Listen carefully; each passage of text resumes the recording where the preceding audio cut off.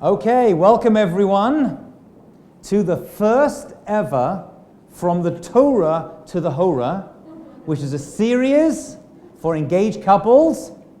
Welcome. So I'm assuming if you're here, you're engaged to get married. Is that correct? If you're not, you're in the wrong place. So there's a couples who are getting married. We have over here Mike and Joanna.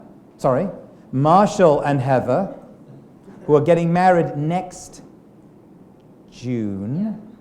And there's a couple over there, Mike and Joanna, who are getting married this weekend. Just met the problem. That's so nice. We like the fact that you're here for your wedding, not trying out dresses. Actually, if you are, it's too late, right? But actually wanting to find out why you're doing what you're doing. Okay. There's also couples over here who met over here. Alison and Jared over here. They met at this place as well. As this beautiful couple over here, and actually proposed and got engaged here as well. So this is wonderful. And some of you I don't know yet. Some of you I'm doing your weddings, God willing. Whatever it is, we're going to take a journey. It's going to take a 3-part series. The first part tonight is going to be an introduction. Next week, we actually go through the wedding itself, not your wedding, but a mock wedding here with music, to go through all the different customs of why we do what we do, because there's a lot of customs when it comes to weddings. And the third part, and probably the most important, so you must be here, is going to be on the topic of the first year of marriage, which, as you're all going to find out, is probably the most challenging, yet the most rewarding year of your entire marriage, just like the roots of a tree. So that's the 3 phases we're going to go through. Are you all excited? Yeah. Are you all excited to get married? Yeah. Again, I've been working here 15 years, first time we've ever done this. This is absolutely awesome. I'm very, very excited. I would like to start, however, with a question. All of you are getting married. What I want to know is, why? Why are you getting married? I mean, you're all single. You're all happy single. You get to eat whatever you want to eat. Matt, you get to eat whatever you want to eat. Let's say you want pizza for dinner. You have pizza for dinner? Yeah? Keith, you want to watch the football? You get to watch the football? No one says, hey, Keith, turn over the channel. I want to watch the Kardashians. Or maybe you're a Kardashians watcher. I don't want to judge you. Maybe Lindsay's into watching the football. I don't know how it works in your house. But right now, you watch whatever you want to watch. Who else do we pick on over here? Jared, you want to leave your... Yes, Rabbi, don't pick on me. Jared, you want to leave your socks by the side of the bed. Do you do that? Yes. Yeah, you do that. Does anyone say anything to you? No. You can come back a week later, come back a month later, same socks, still there. Do you mind? No. Sometimes, tell me the truth. I mean, it's family over here. Only a few people, 1,000 people watching this. Sometimes you may check to see if the socks are fresh by sniffing them. We men have been known to do that. We may run out of underwear. We use the same pair 2, 3 nights. I mean, we do what we have to do to survive. And it's all going to change. Suddenly, there's another person you're introducing into your life who's going to start making judgments. Pick up the socks. Why? I said pick up the socks. But why should I pick up the socks? It's not like your parents are lying there. It's a pair of socks. What's the big deal? I don't want to watch the football. I want to go out for dinner. But it's the football tonight. You can't take me away. It is what it is. Suddenly your whole life changes. That's the honest truth.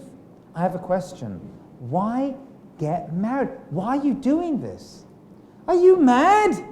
Are you completely crazy? You could be enjoying yourself hanging. Okay, I don't want to go too much about this because I'm happy you're getting married, okay? So I don't want to push this too far. By the way, I'm pro-marriage. Be very clear about this. I'm very happy getting married. If you know me in any way, shape, or form, it's all I talk about. I myself am very blessed to be married to a wonderful woman who still puts up with me. Married for 16 years, Baruch Hashem, thank God. I'm very grateful for that. With 5 beautiful children. Oh, kids. Oh, I didn't talk about them. Oh, they're crazy. OMG. They just want to destroy your sleep, your sanity. They're going to drain your bank account. I am blessed with 4 daughters. All my money goes into shoes and headbands. That's basically it. Do you know how much money shoes? Adult shoes this big, $50, $60. Kid shoes this big, $100. How's that possible? Why are you doing this? It's not rhetorical. I'll take an answer. Be careful. Your future spouse is sitting next to you. I've asked this question to thousands and thousands of people over the years, but I want to hear. Ethan, can I pick on you? The whole is greater than the sum of the parts. Oh, Ethan. The whole is greater than the sum of the... Round of applause for Ethan. Meital, Dr. Mayo, shepping nachas over there. She can't believe it. You're absolutely right. You're absolutely right. So that's why you're doing it? Yes. Honestly? You don't feel right alone? Okay, let's... That grin was a little too big over there. I don't want to get anyone into trouble. No shalom bayit problems before we actually begin, okay? Anyone else over here? What was your name again, sir? Aaron. Aaron. Mm-hmm. Why are you getting married? I love Jamie. You love Jamie. I love spending time with her, and I feel that we're going to grow as a couple together. You will, God willing. I'm going to grow more with her than I am on my own. Oh, very nice. Well said. Brownie points over there. Very, very nice. Thank you for that. Anyone else over here? Who's going to go, yes. Name for everyone. So everyone is Hannah. Hannah, yes. I want to start a family with Danny. You want to start a family with Danny? Lucky you said Danny, because they're going to be someone else. Like you clarified who. You want to start a family. I mean, you could theoretically start a family without getting married. But I want it. But you don't want to. I realize that you're getting married. When are you getting married? October. October. Very, very nice. We have another October wedding over here. Who's getting married in October over here? Yeah. Very nice. Okay. These are all great reasons. I've had many answer this question. Sometimes people say to me, Rabbi, I want to get married because I'm in love. And we'll talk about that today a little bit.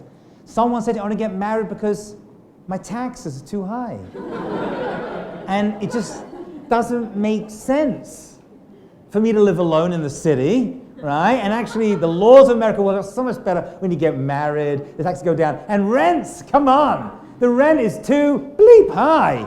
So if we live together, we'll split that. Water bill in half, electricity, right?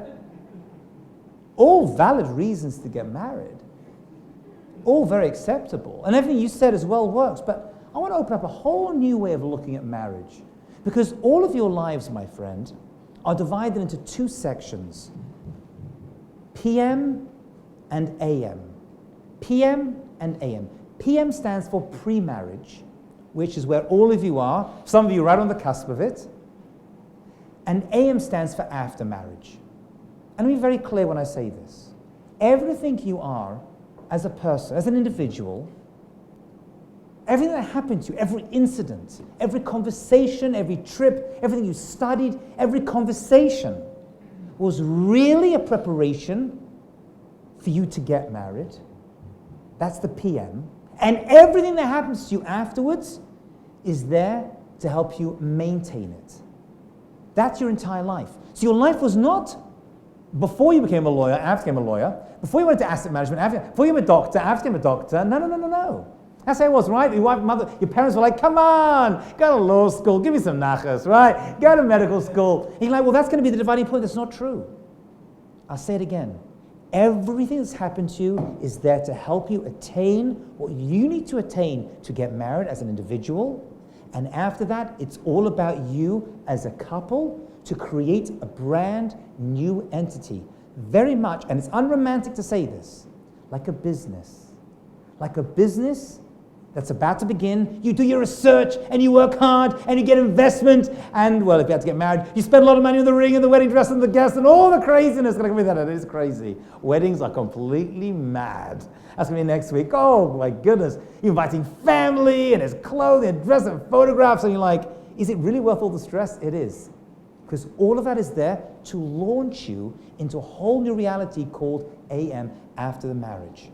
So actually getting married is the first mitzvah in the entire Torah, the entire Bible. Mitzvah number one, before you do anything else, Jewish, this is actually where it begins. Now there's mitzvah you do before you get married, of course. And if a person stays single, they still have a very spiritual and fulfilled life. However, once you decide and have the mazal, have the good fortune to actually begin this thing called marriage, which is going to flow, God willing, to family, you've actually started on your way to something very, very special. And it's called a mitzvah. And why? Why get married? So very much like a couple of you already suggested, there's a book called the Sefer Chinuch book written about 1,000 years ago. I'm actually not too sure who wrote it, strangely enough, but he says something very interesting. I want to quote for you. He says, why, and actually it's unusual, this book, he wrote it for a son who kept asking him questions about Jewish life. Why do we eat matzah on Passover? Why do we fast on Yom Kippur? And he says, I'm going to write you a book for your bar mitzvah. Isn't that cute? What a nice bar mitzvah gift. Better than the silly things we all got, yeah? I'll write you a book for your bar mitzvah, and I'm going to give you the reasons why you should be Jewish. What a beautiful thing to do. And in there, the first mitzvah, of course, is to get married. And he says there is a positive mitzvah to procreate. As it's stated, be fruitful and multiply. And he says, why should we do this? So that the world should be settled and inhabited. And he says this is the most important mitzvah. That's it. No love, no romance. The whole thing is just to try to have kids, or if we're lucky enough, God willing, to have kids, that's it? How could that be?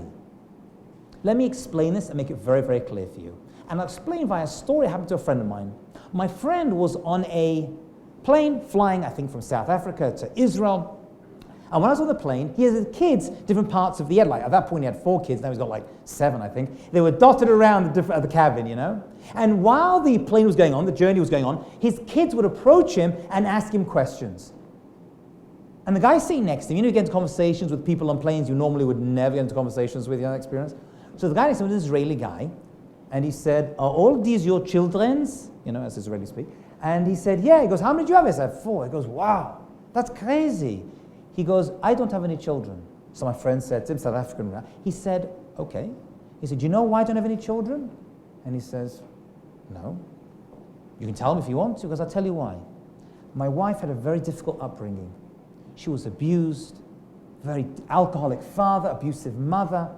Everything was very difficult for her. Really a very unhappy childhood. Then she went to college, and we met, and we got married.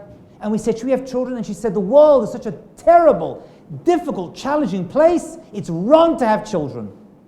How can we bring children to a world with war and poverty? It's a good point. My friend thought about it for a second, and he gave the following genius response. He says, you're right. The world is a very terrible place. There is war and poverty and struggles. But you know what? My kids are going to make it into a better place. There's a problem. I agree. You're avoiding the problem. I'm trying to answer it. Maybe that's what Chinuch is saying. By building this family, by bringing and building the next generation, maybe the world will become a better place. And maybe, and you get 9 months at least, to work on the marriage. We'll speak about actually that in a couple of weeks, because it's going to be tough at the beginning, just to prepare you, if you decide to have children, straight away. And let me give you the most amazing statistics. Imagine each of you has 2 kids.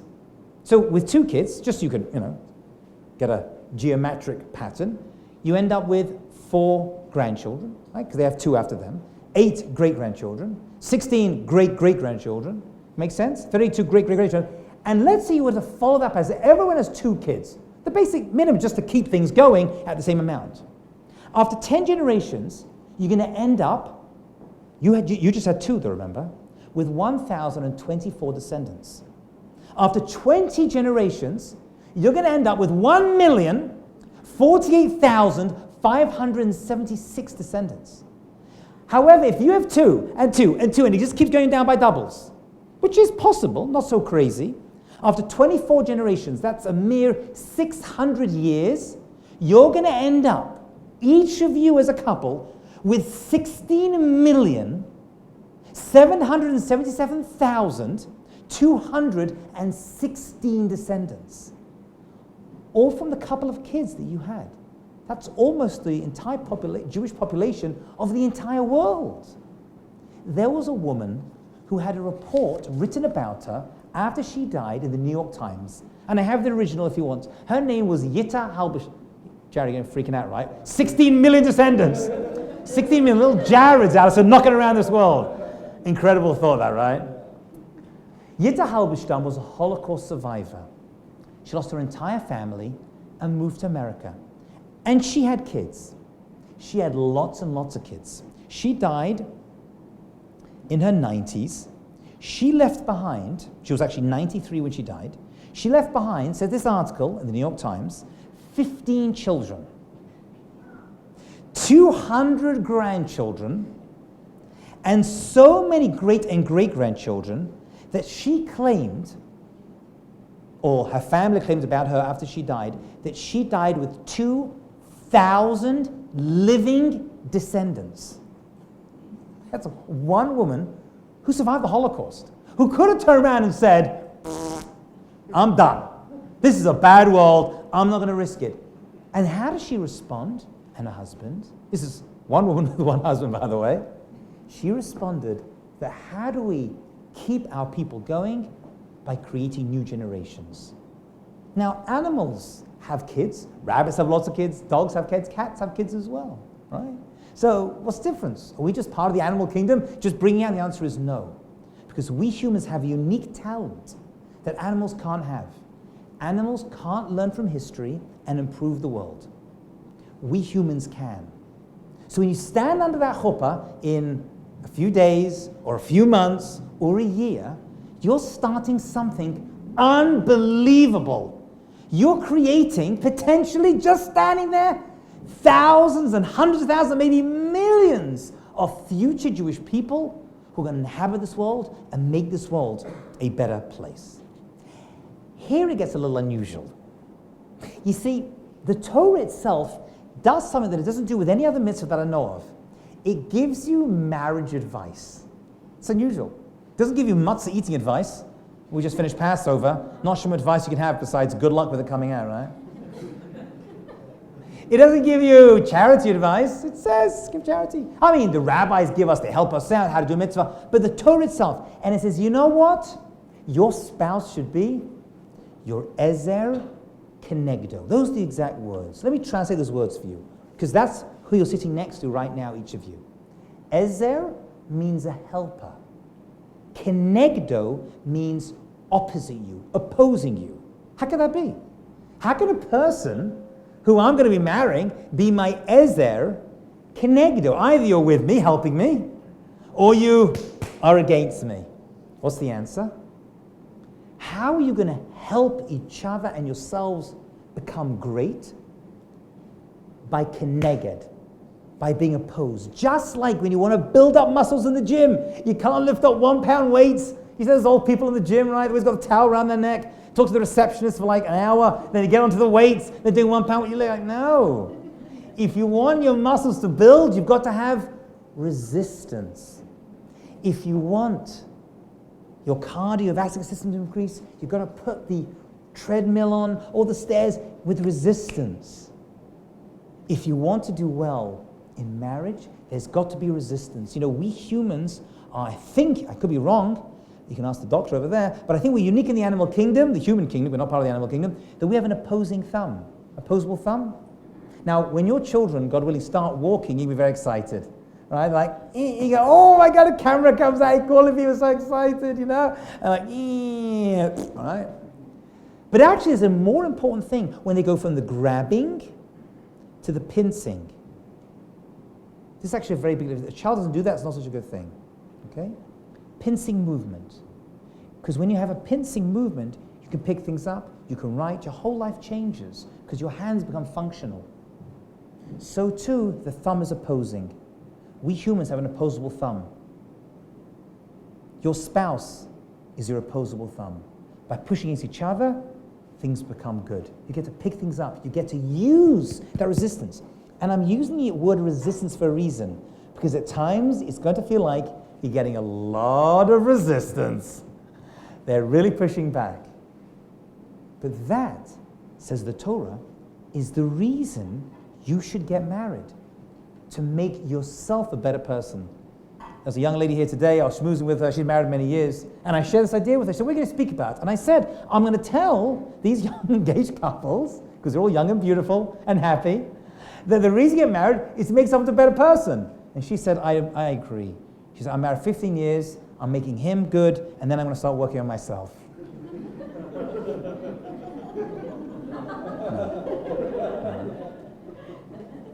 True story. That's not the way it's meant to be. Thank you, Rebecca Sugar, for that. That's not the way it's meant to be.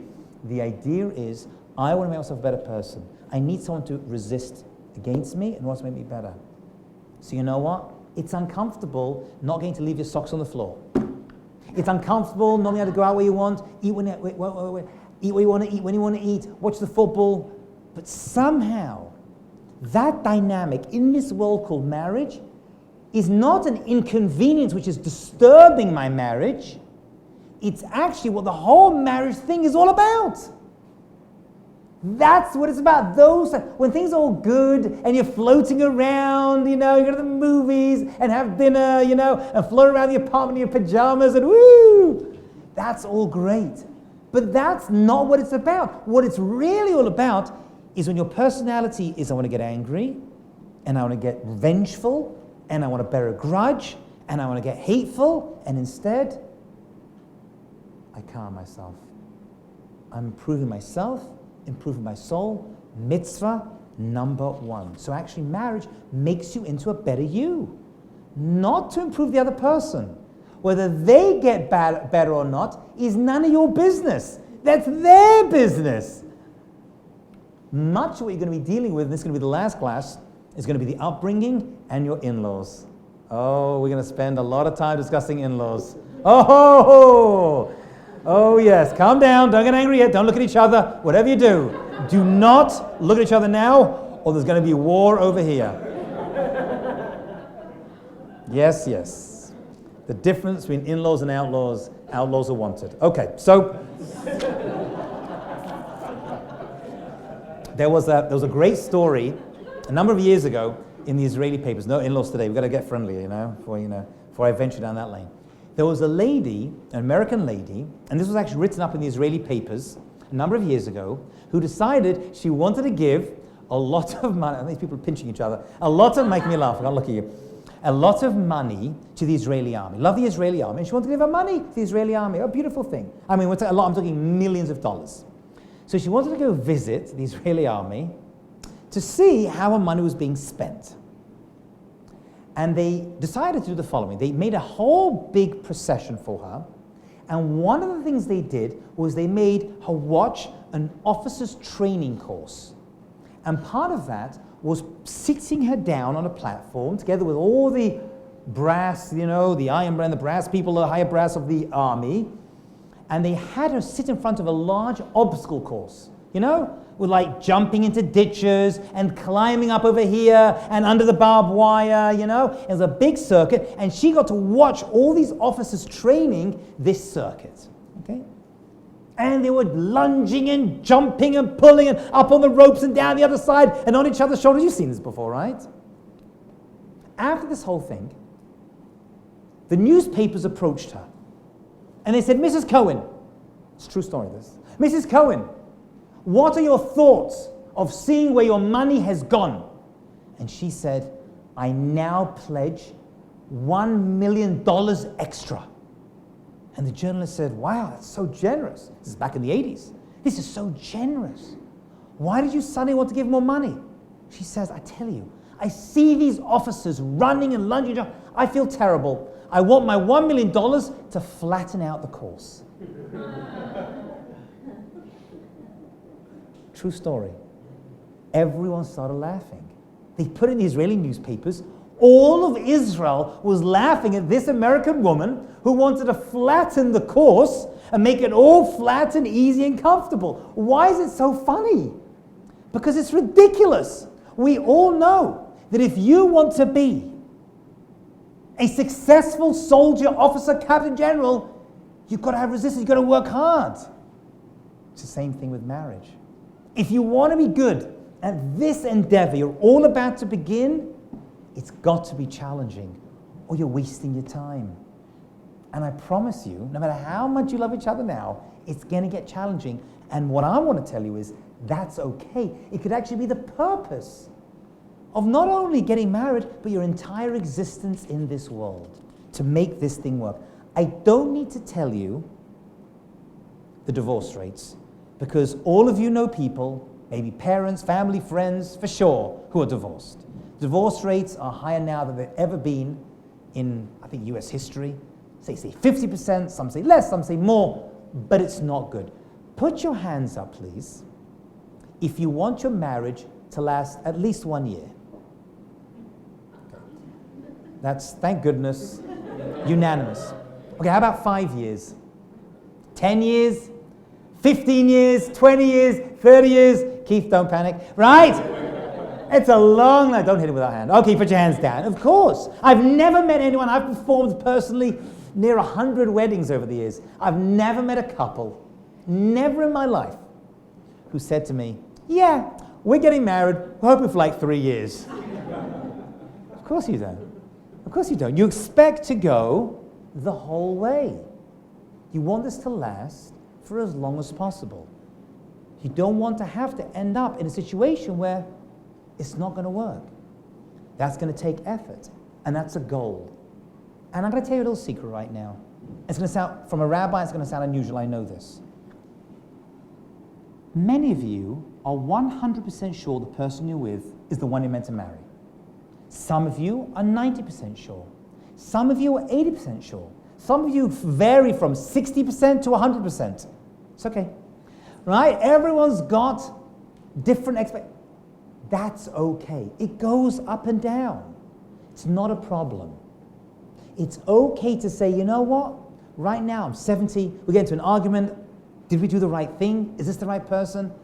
After years of marriage, it will suddenly be obvious that this is the right person. But it's okay. You don't need to be 100%. Sounds very, are you talking about, Rabbi? I'm 100%. You don't need to be.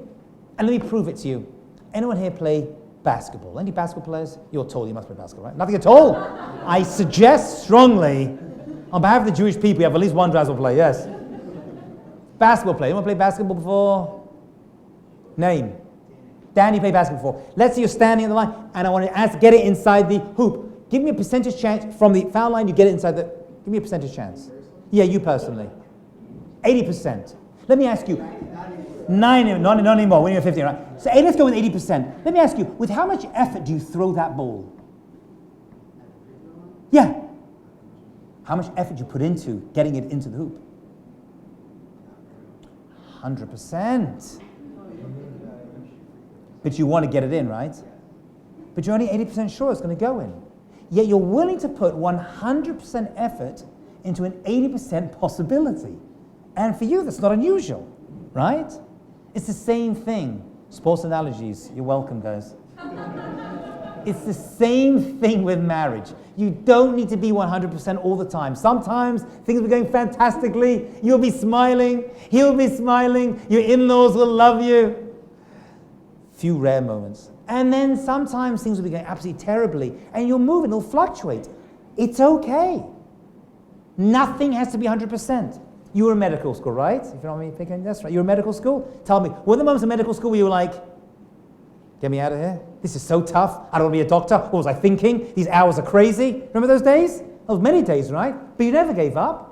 You could put 100% in to the insanity that is medical school. Now, if it goes down to 20%, you need to see a therapist. But if you're holding by 50, 60%, that's okay. And by the way, jokes aside, it's okay to get coaching in marriage.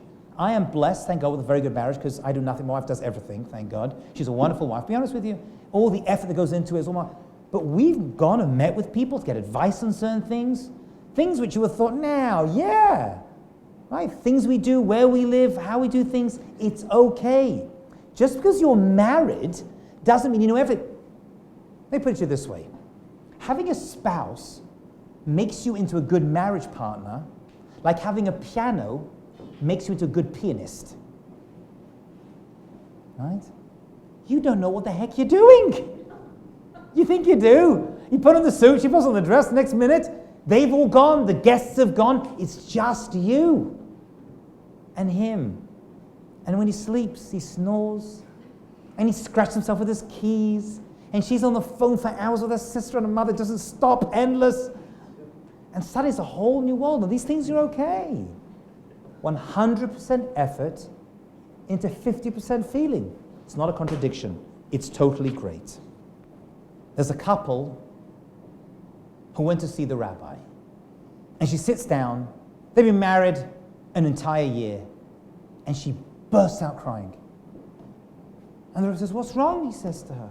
He says, Rabbi, married 1 year. I do everything I'm going to do. I do all the cleaning. He doesn't help me at all. I do all the washing up. I do all the clothing and the working and everything. And he never tells me he loves me. And the rabbi looks at this guy, says, is that true? You never tell her you love her? And he says, Rabbi, when we got married, I told her I loved her. If anything changes, I'll let her know. Why is that funny? Why is that funny? Because you realize inherently that one time you say I love you is not enough. It's constant work, day and night. Constant work. Let's talk about love. Because usually that's the answer I get. You all think you're in love, right? You will think, yeah, Matt, you're in love with her, right? She's gorgeous, she's sweet, a gorgeous smile. Right? You're in love with him? Yeah. You don't know what you're talking about, love. You have absolutely no clue. How can I say that? I have it sometimes. They walk in to see me, ask me to marry them, right? And they've got engaged, and she's got Mossad on her finger, you know, the entire mountain there, you know. And she's like, look at my ring. I'm like, whoa! I'm blinded. And she's like, Rabbi, we're in love. And I'm like, no, you're not. You don't know what love is. You have no clue. There's a story of a guy, actually this happened to me once. I said, what do you love? Give me examples of things you love. Some woman said, I love my kids. And one person said, I love to go on vacation. I love to ski. And one guy says, I love fish. He was from Brooklyn. And I said, what do you mean you love fish? He goes, I go fishing and I get a nice fish and I bring it home. And my wife takes it and she gets it ready for me. And Thursday night, I have a delicious fish meal. I'm like, you don't love fish. He says, yes, I do. I said, you don't love fish. He says, yes, I do. He's getting angry. I said, you don't love fish. If you love fish, you wouldn't catch it, kill it, cut its head off, skin it, cover in your favorite herbs and spices, and stick in an oven for half an hour. Hope you don't love your wife like that. You enjoy fish. That's okay. But when you say you love fish, what you're actually saying is you love yourself, the effect that fish has on you. You will love each other. And when you say you love each other, you mean it. I understand that. I'm not being facetious. I understand when you say it. But in actuality, it's not possible because all you've been doing so far is dating. Yeah, I know you've been engaged, you had the party and the rings and all the rest of it. But actually, what you've been doing, let's be very honest about it, and I say this publicly, dating is the most selfish thing that people do nowadays. Why do I say such a thing? Because when you date, you went to the movies, right? And you went to the restaurant, he paid a delicious meal, and you called a friend, oh, we had such a nice time, and I'm enjoying myself, and I'm enjoying myself, and that's such a great time, and it's not so good, and he's not so good, and she's not, but it's always me, me, me. Dating is about I. Marriage is about us. Dating is about me. Marriage is about we. And that's a very difficult transition, 2016. Summer 2016, that's a very difficult transition. Going back 50 years, I think less of a challenge. 100 years less. What do? They went around, they said, you're marrying her, you like her, very, very good. They live in the same town, same village, same shtetl, same ghetto. They got married and finished. How long do they date for? I don't know, a few months. Not that long. No one was dating. Your grandparents did not date for 2-3 years. You realize that? I doubt it. Definitely not your great-grandparents. Your great-grandparents would have dated for 2 years, they would have got shot by their great-great-grandparents. You know what I'm saying? It just didn't happen. It just didn't happen that way. And now we've got this world where we're just dating, and then we slowly transition to marriage. That's a big change. Big change. A lot of the challenges during the first year of marriage is because of this change. Because single life, and I was single for a long time, was all about what makes me happy, and married life is about, well, is it making him happy? Is she happy me doing this? That's a very difficult transition. That's one of the roots why divorce rates are so high. That transition for some people, way, way too difficult. So what's the answer then? Got me some good news here, and there is. There is a thing called real love, and interestingly, the Torah speaks about love, but much later on in its discussion of marriage. Much, much later on. And what it says is the following. It says the roots of marriage can be found in the word for love. And the word for love in Hebrew is ahava. Oh, just the sound of it. Ahava, metal, ahava. Isn't that a beautiful word? Ethan, you thought ahava was a cream the Israelis sell in the malls in New Jersey. Before it was a cream that some guy called Ari was trying to get you to buy for inflated prices, and by the way, he's making a nice living doing that, right? Oh, big money. It was an idea, right? So sometime some guy called Ari tries to give you love cream, say no, okay? Just be very clear with you, right? You've been warned. So actually the word ahava has within it the roots of the answer. Listen very carefully, my friends. And it goes like this. Ahava means hav. That's the root of the word, the shorish of the word. Hav. What does hav mean? Hav means to give. Love equals giving. Now the mistake that each and every one of you are making right now, as I did, as most people do, is you think that if you give somebody something, they're going to love you, right? Is that true? Jared, you bought a beautiful ring for Alison. Did you buy a beautiful ring yet? Yeah. I'm sure you did. As when you got it, how did you feel? Beautiful, right? Let's say, however, he didn't buy you the ring that you wanted. He bought you a half-carat diamond, which I'm assuming you bought a little bit more than, right? Little tiny thing. How would you feel about that? You still love it, yeah. You're going to upgrade her, right? No doubt about that. This is cute. Upgrade. Of course you love him, because how can you not love that shame upon him? How can you not? I'll tell you. The reason is, if you give somebody something, they may love you, but then again, maybe they won't. Maybe they expect more. Right? When I got married, my wife wanted a certain carat diamond. I thought carat was a vegetable. No one told me. This was a revelation to me. Suddenly I discovered, before it was a vegetable, it was an amount, right? C. How many C's can I handle over here? I'll prove this to you as well, that giving does not create love. I'll prove it to you. Let's say you have a child one day, and your child gets whatever they want, right? They want to go to bed at 3 in the morning? No problem, blah, blah. Go to bed at 3 in the morning. Oh, you don't want to do your homework? That's okay as well. Don't do your homework. Oh, you want to have chocolate for dinner? You want the new iPad? 17, wherever they're up to by the time you guys start having kids. Right, that's what you want? Oh, no problem. What happens to that child? They become a spoiled brat. Absolutely. Take the college fund you try to collect, take it, and give it straight to the therapist. But why? You're so giving. You're so loving. Whatever they wanted, you gave them. Why would it be that all of a sudden you've killed this kid, you've crushed them? Because that child has become a taker. And we said the equation is, if you give, you love. Which means, listen very carefully, this is the most important thing you're going to hear for all of your married life, I promise you. If you give somebody something, you love them. Will they love you? Maybe yes, maybe no. Because loving follows the giving.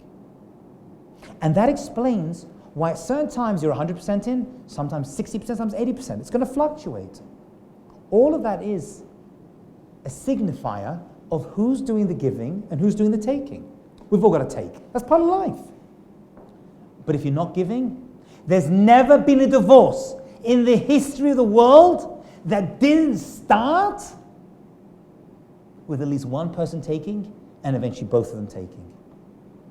And every marriage always begins, even for a few moments, with two people giving. The more you give, the more you love, whether you like it or not. Which is why you're going to love your kids more than your kids love you. And you're going to be surprised. I give them whatever they want. I take them on vacation. My family took them away. Like, I don't like this. That's okay. That's the way it is because they're takers. You've got to teach your kids to become givers. Make them do something, anything. Get me a fork. Bring Abba, scratch Abba's back. Right? That's a big one for me, right? To the left a little bit, right a little bit. Ah, that's it. Doing a mitzvah, right? It's important. You don't have to actually do that one. But you have to get kids to learn to give. Put something in the charity box. You give, you love. That's the secret to all of life. If you feel you're falling out of love with the person you're with, give them something. It could be flowers. It could be time. It could be anything. It doesn't have to be an object. That's why that guy didn't love fish, because he was taking the fish. He enjoys it, but that's not love. Love stems from giving, which means you feel you're in love now, and you are to some degree. I don't want to take that away from you. But give it 5 years, 10 years, find anyone. Try this. You should really try this. Find someone, a married couple, who's in a good marriage for a long time. There are not that many of them out there, but go up to them. Let's say you know someone who's married 15, 20 years. Maybe your parents are, maybe you're lucky and they're in a good marriage. And approach them and say, tell me, were you in love when you got married? Like, didn't we know each other? We thought we were. Now it's a real love. But you have all the fights in between, all the arguments, all the challenges, and you lost the money, you made the money, and the kids, right? Now I know what love really is. That wasn't love. We were infatuated with each other. But you give for weeks and months and years, it's a whole different story. After all those challenges you're about to go through, then it becomes very, very rewarding. Very rewarding. The Torah says, I'll give you the goal line.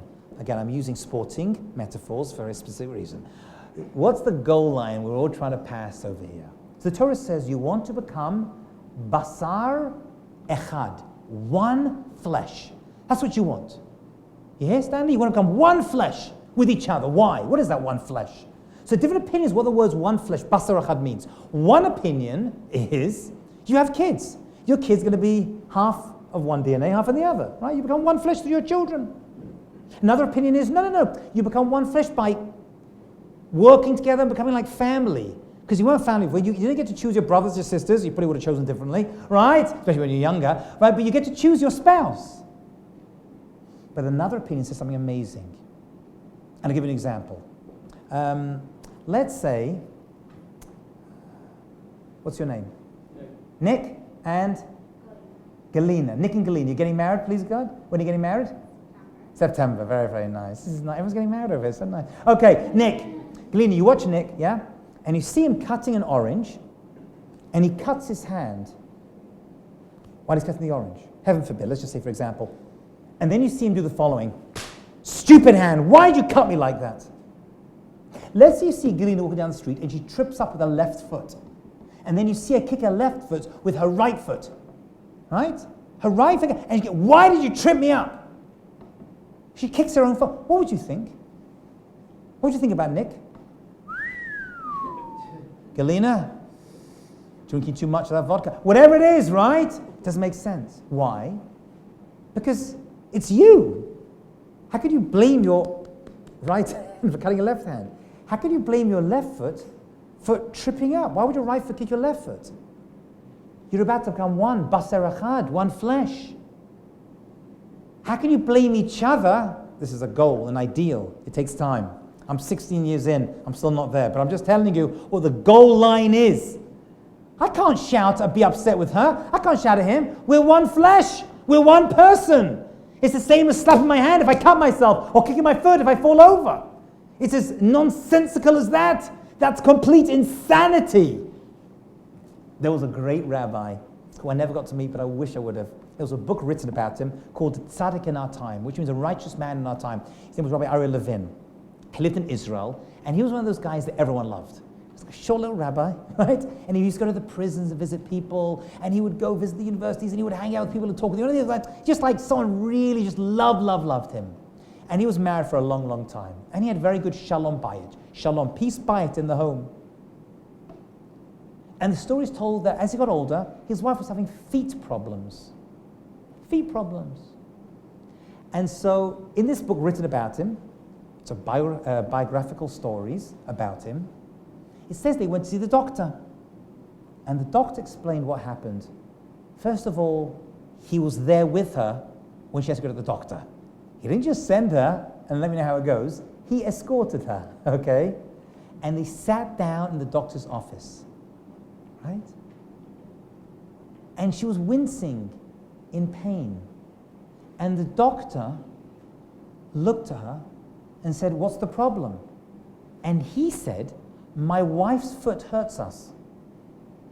Yeah? It's not her foot, my foot. Her foot is hurting us. He got to a point where they literally had fused into one being, into one creation. They'd managed to form themselves into a unified whole. Now again, that's a goal line. It takes a long, long time. I've had fleeting moments of it. My wife has a lot more than me because she's fantastic, and I'm a lazy man. But and pulls it together, and it does come together. I think we've done 45 minutes over here. I have a million more things to tell you because I really, really want your marriages to last a long, long time. Because first of all, you know that the fact you're engaged is a miracle with the dating scene as it is. You should be happy just because you don't have to go back into the dating world, J-Date, Tinder, J-Swipe. For that, under your chuppah, you should say, Dayenu. You know what I'm saying? You know what I'm saying? You don't go back there again, right? No, that was miserable. Wasn't that miserable? Wasn't that the worst thing ever, right? Thank God it's over. Be grateful. As a side point, it's not tonight's topic, but one thing you should do together and spend your time doing is trying hard to set up your friends. Don't just be like, oh, I'm out. I'm free. It's all done. Thank God for that. Pew! You are obligated, especially, I'm talking 2016, to try to set up your friends. And you're going to set them up and they're going to hate you. What, you set me up with him? That's what you think of me? You set me up with her? Have you seen this guy? He hasn't got a head. This guy doesn't exist. Go for it. Keep pushing. It will hit. Everyone's heard this thing. You match up 3 people, go straight to heaven. I've never seen it written anywhere in Jewish sources. I still believe it's true. I do. And I try to see people up, and I, by the way, am the worst. I set people up, they never speak to me again. I mean, it's really, really bad. But I try, and sometimes it hits. I've made a few couples, my wife and I have made a few couples. You know, thank God, you know. It's better when they meet and they come to me for counseling. That I'm better at, you know, before they get married, you know. That works out better. Anyone set anyone up over here? Anyone? How many? Yes. Oh, does it matter if they're Jewish? Like, I definitely set up at least 2, but they're not Jewish, with other non-Jewish people. Oh, that's okay. That's fine.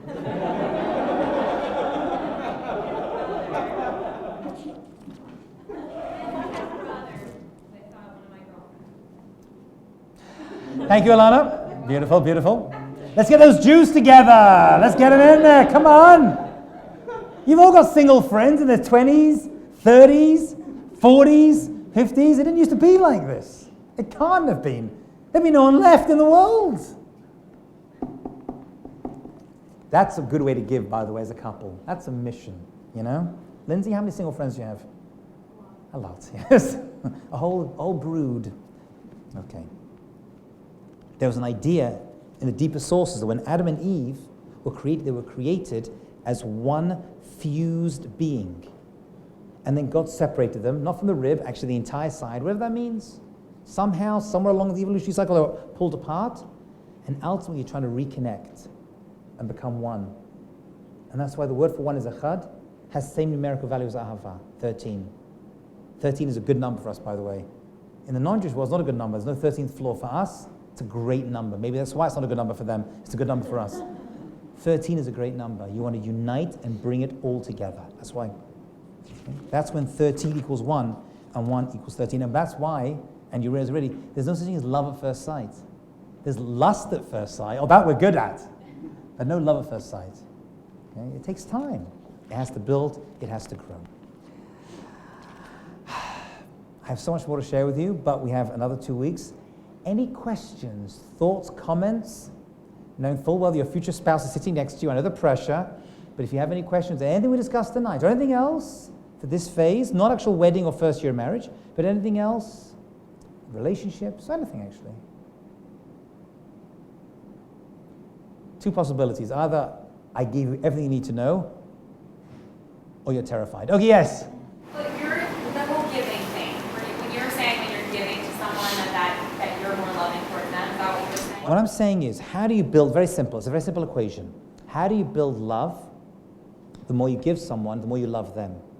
That means every time you do something, whatever it is, it doesn't be an object, it could be time, effort, anything. Something small, you just move something for them, you are actually falling in love with that person, which is why you have to be careful who you give to. And we're going to speak in the 3rd class about how you have to be very careful in the first year or second year of marriage with other people who are not your spouse and what you do for them.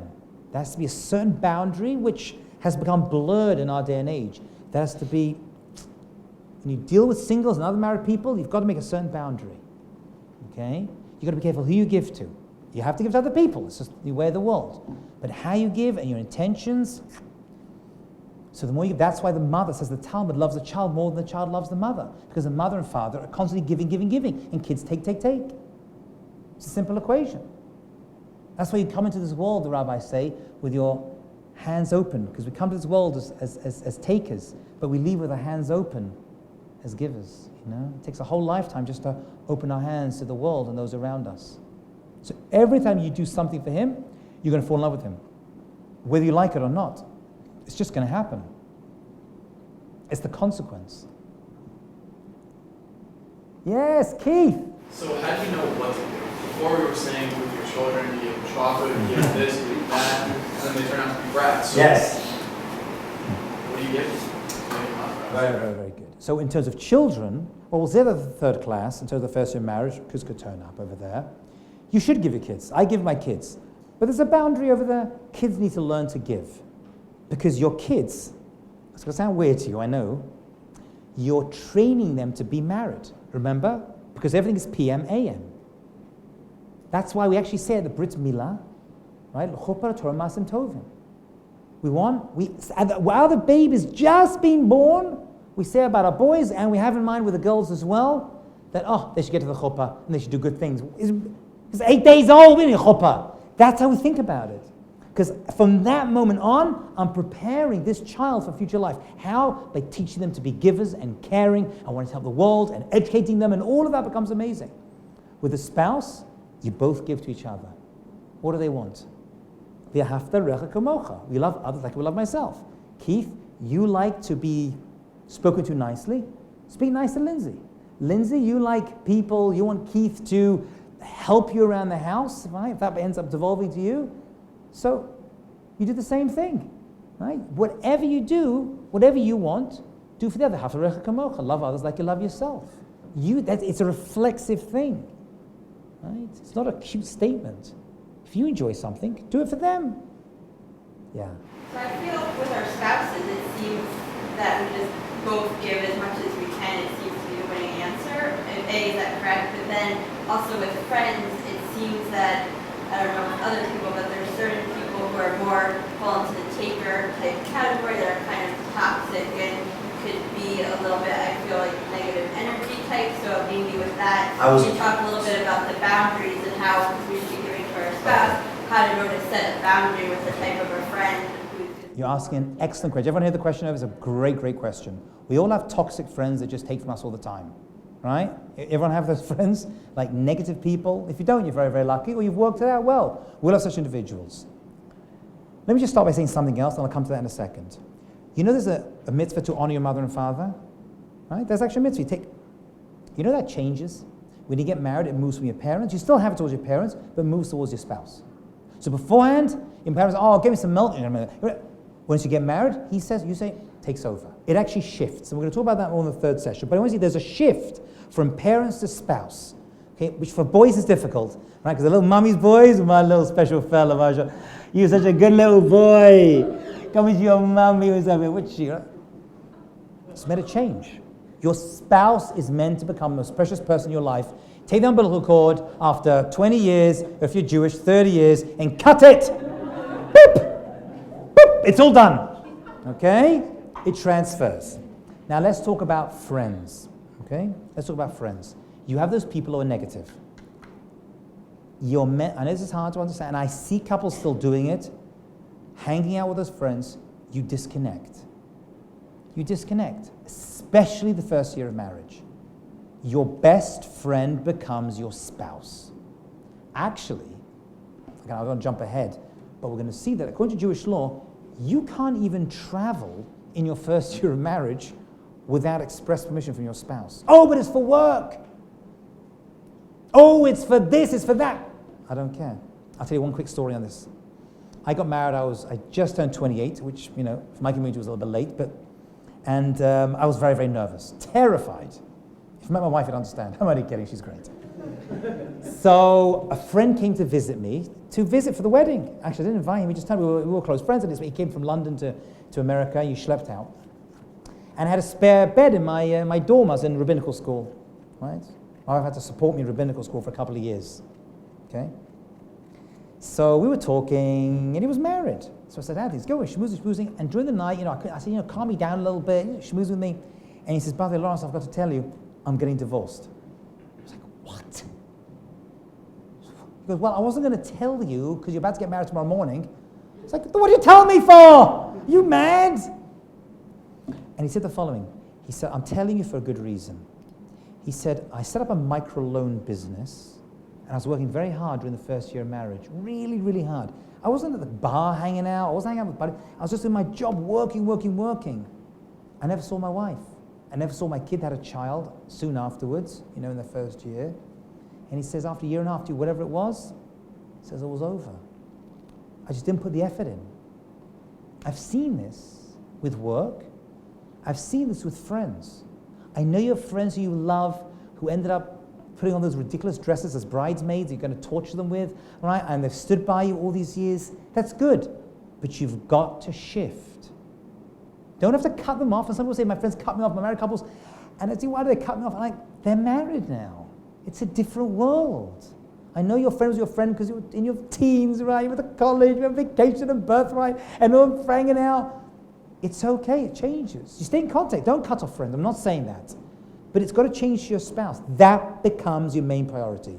If they're toxic, cut them out. You have no mitzvah to be a schmutzer doormat. There is no such mitzvah. And if they're bringing down your shalom bayit, cut them out. Go postal on them. Really, it sounds terrible, I know. Anything that happens that brings down your shalom bayit, forget. And as the old joke goes, how do you build your shalom bayit? She wants something, you buy it, you have shalom.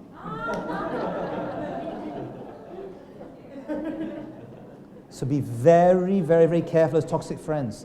And you'll have good friends who love you, stay in contact and hang out, but your priority is each other. And we'll talk about communication and how to communicate well in the third class, God willing. We'll talk about that. Communication, face-to-face, honest, with a third party if you're struggling. You're all going to struggle. I talk about the first year of marriage. We'll see later on. The first year of marriage in 2016 is 5 years. Actually, that was when I got married. Maybe it's 7 years now in terms of the effort that needs to happen. We have no idea how to be married.